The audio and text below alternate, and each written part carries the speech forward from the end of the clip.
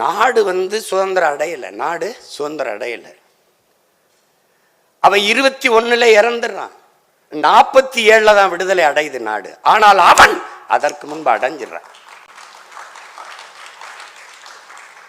ஏடா போராடிட்டு இருக்கோம், அது அடையுமா அடையாதா, அதுவா இதுவா, அதெல்லாம் கிடையாது, அடையுது.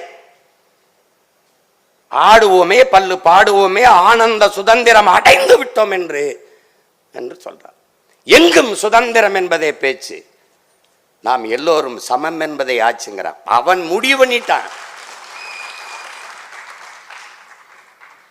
சுதந்திரம் அடையல, அவ அடைஞ்சிட்டான்.